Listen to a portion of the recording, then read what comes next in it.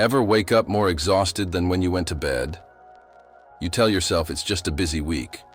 You blame it on work, on your to-do list, on the lack of sleep.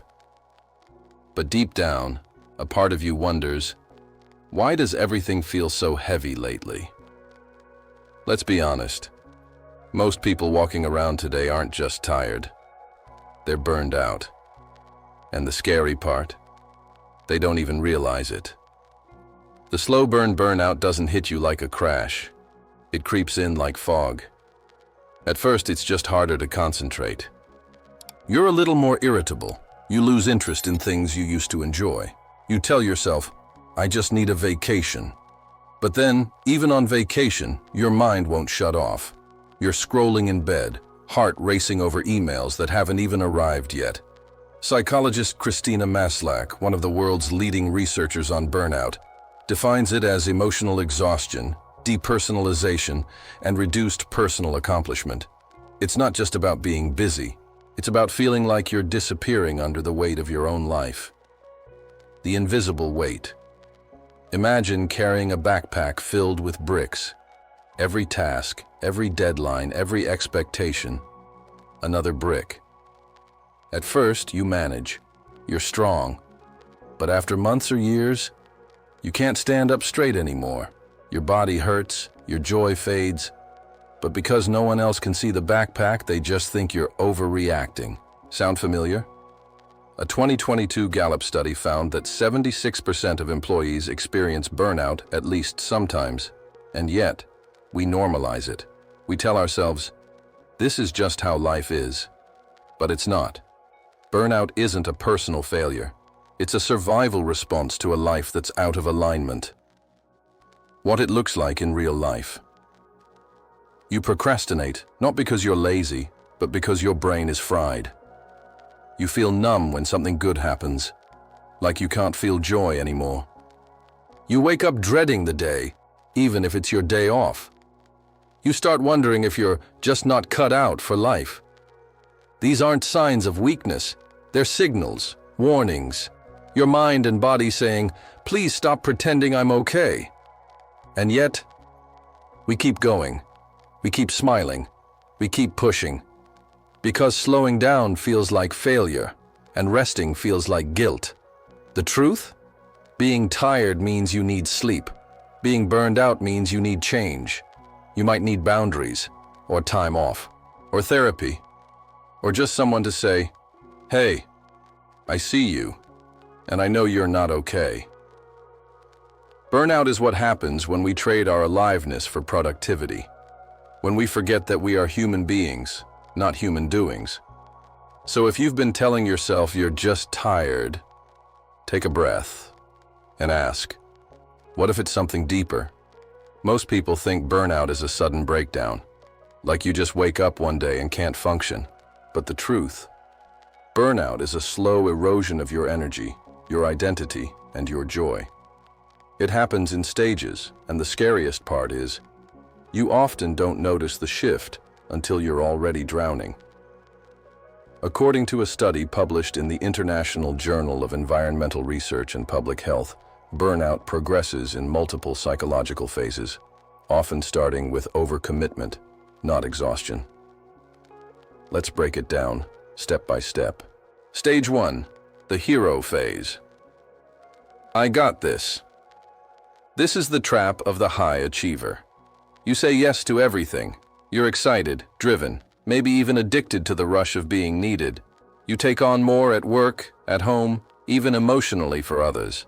At this stage, you feel important, productive. But underneath, you're ignoring early signs of depletion. You cancel plans to finish tasks. You sleep less. You power through headaches. You're not slowing down. You're speeding up. And the world praises you for it. Until Stage 2. The numb phase. I just need to push through. You start to feel a little off, but you dismiss it. Fatigue becomes your baseline. You need more coffee. You start isolating. You don't feel joy anymore, just relief when something's done. You stop doing things just for fun. You avoid calls. You dread Mondays, but also Tuesdays and Wednesdays. Your body starts to talk. Stomach issues, tension, insomnia. You tell yourself, I just need to make it to the weekend. But the weekend no longer helps. Stage 3, the cynical phase. What's the point? Now it gets darker. You start feeling disconnected, not just from others, but from yourself. You become negative, sarcastic, or emotionally flat. You lose empathy. You roll your eyes at everything. You're easily annoyed. You feel like everyone wants something from you, and you have nothing left to give. This is where burnout starts to change your personality. You might even start fantasizing about quitting everything and disappearing. This isn't drama. It's a cry for help. Stage 4, the collapse phase. I can't do this anymore. This is when your body and mind hit their limit. Panic attacks, chronic fatigue, forgetfulness, brain fog. You cry for no reason. Or you can't cry at all. Even small tasks feel impossible. You dread getting out of bed. You feel guilt for not doing more, even when you're falling apart. You may get misdiagnosed with depression, and yes, burnout often leads to it. But the root cause is emotional overextension over time. This stage is where many people finally seek help. But it didn't start here. It started way back, when they said yes, one too many times. Stage 5. The void phase. Who am I without the hustle? This is the most misunderstood stage. It's what comes after collapse, the emptiness. You're not working, not pushing, not pretending anymore. And now you feel lost. You don't know who you are without the stress, without the goals, without the pressure. You feel like a shell. But this is actually the beginning of healing. It's the moment you stop running and finally face yourself. It's terrifying, but it's also sacred.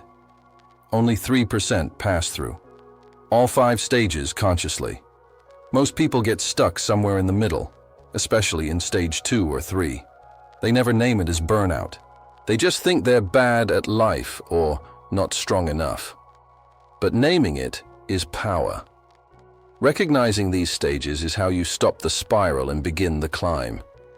Burnout isn't weakness. It's the body saying, you're living a life that's unsustainable for your heart, your mind, and your soul.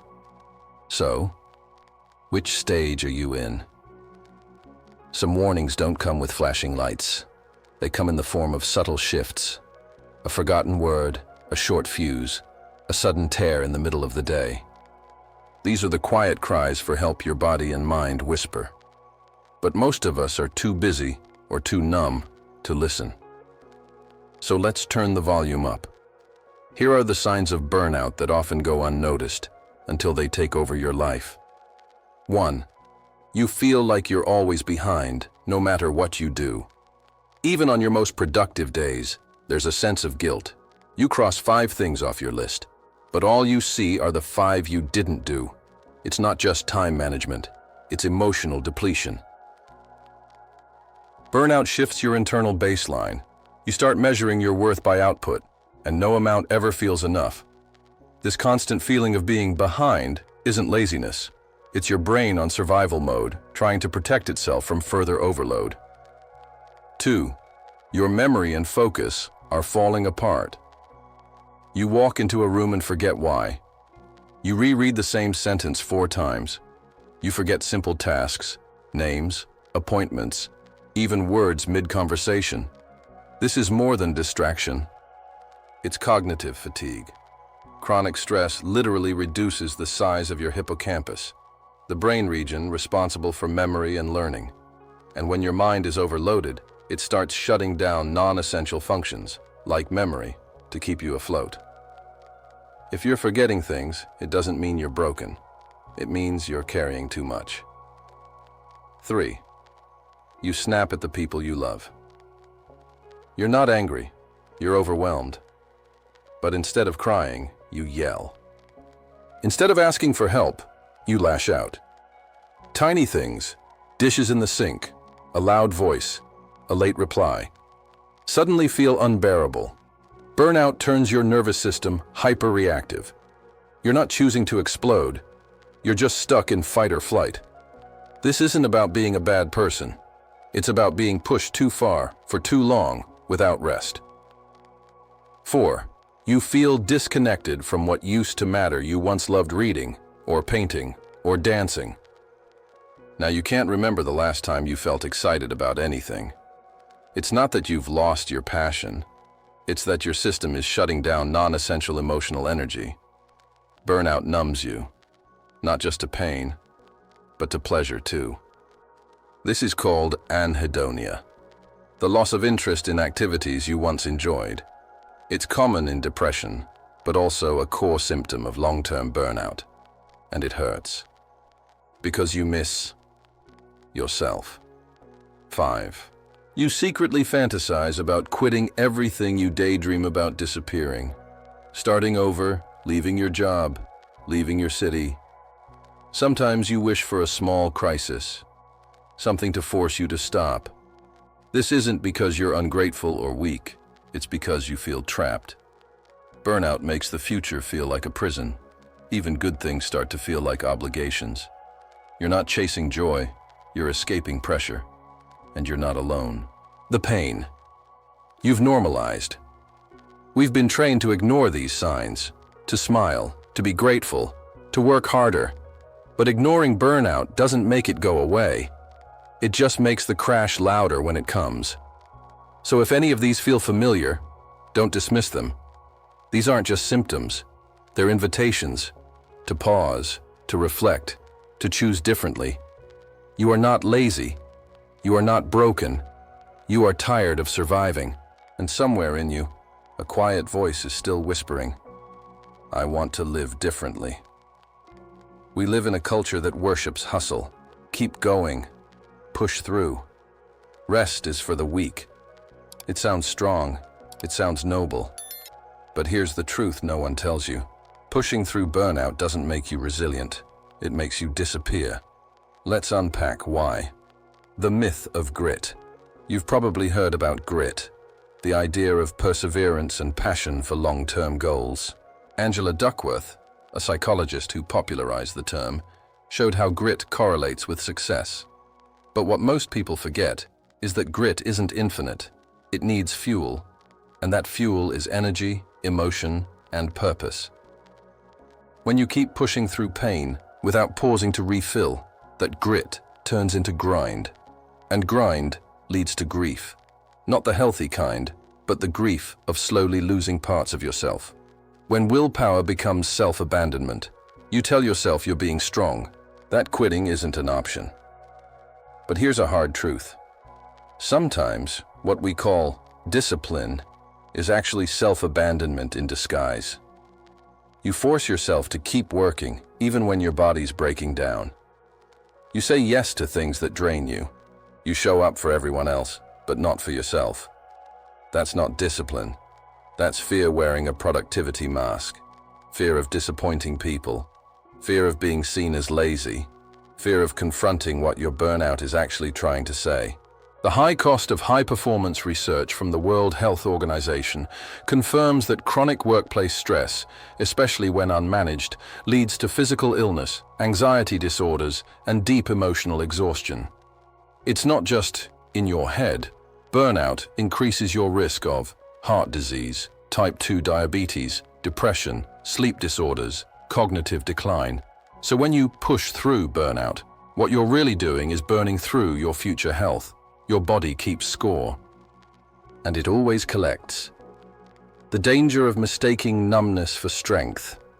Have you ever thought, I don't feel anything anymore. Maybe I'm finally tough enough? That's not toughness. That's trauma. You weren't meant to live disconnected from your feelings, your needs, your joy. But burnout tricks you into thinking that being numb is the same as being strong. It's not. It's just your system trying to survive by shutting down. Healing requires rest, not just breaks. A weekend off won't fix what years of emotional overwork created. Burnout recovery is not a quick reset. It's a radical unlearning. Unlearning the lie that you must earn rest. Unlearning the belief that your worth depends on output. Unlearning the habit of ignoring your body's whispers until they become screams. True healing starts when you listen, not when you power through. You were never meant to do it all. You were meant to feel, to rest, to reconnect. So what now? If this is hitting you in the chest, take a pause. Not to quit, but to remember. You are not a machine. You're a human being with limits, emotions, and worth far beyond your achievements. And if you've been taught that slowing down means failure, let me tell you something radical. Slowing down might be the bravest thing you ever do. Let's pause. No performance, no pushing, no pretending, just honesty. Because healing doesn't begin when you read another self-help book or download another meditation app. It begins the moment you say, "I'm not okay." That moment is everything. Not because it fixes everything, but because it opens everything. The lies we tell to survive. When you're burned out, you become a master storyteller, not the good kind. You tell yourself, "It's not that bad. I just need to be stronger. Other people have it worse. I don't have time to fall apart. This is just how life is." But these aren't truths. They're coping scripts, designed to keep you going in a world that doesn't know how to rest. They protect you until they destroy you. What happens when you finally tell the truth? There's a strange kind of peace that comes when you stop pretending. You cry. You breathe. You admit, "I can't live like this anymore." And in that moment, something shifts. Not the world, but you. You start to reclaim your voice, your needs, your right to feel and to heal. You start to say words like, "No, I need help. I'm tired. I miss myself." And those words, they are sacred. Rest is not weakness. Boundaries are not selfish. You are not made to be endlessly available. You are allowed to disappoint people in order to protect your peace. You are allowed to rest before you collapse. You are allowed to change, even if it makes others uncomfortable. Healing from burnout isn't about going back to how things were. It's about creating a new way forward, one that honors your limits, your softness, your humanity. Where to begin? Start small. Tell one trusted person the truth. Schedule 1 hour this week to do nothing. Write down what you're afraid to say out loud. Look at yourself in the mirror and ask, "What do I need?" This isn't weakness. This is reconstruction. You're rebuilding a life where you get to exist as more than a machine. Where rest isn't a reward. It's your birthright. You deserve more than survival. You deserve mornings that don't feel like battles. Conversations that don't drain you. Work that aligns with your values. Days where you feel alive, not just functional. It's not too late. You're not too broken. And you don't have to earn your healing. You just have to tell the truth, to yourself first. Because the moment you stop lying, you start living. Burnout doesn't mean you've failed. It means you've been trying too hard for too long, without enough care, rest, or truth. Let's recap the 5 core truths we uncovered. You think you're just tired, but it's deeper than that. Burnout has stages, and most people are stuck in the middle. The signs you've been ignoring are your body asking for help. Pushing through might be what's hurting you most. Healing begins when you stop lying to yourself. You don't need to fix your whole life overnight. You just need to start showing up for yourself in honest, small, consistent ways.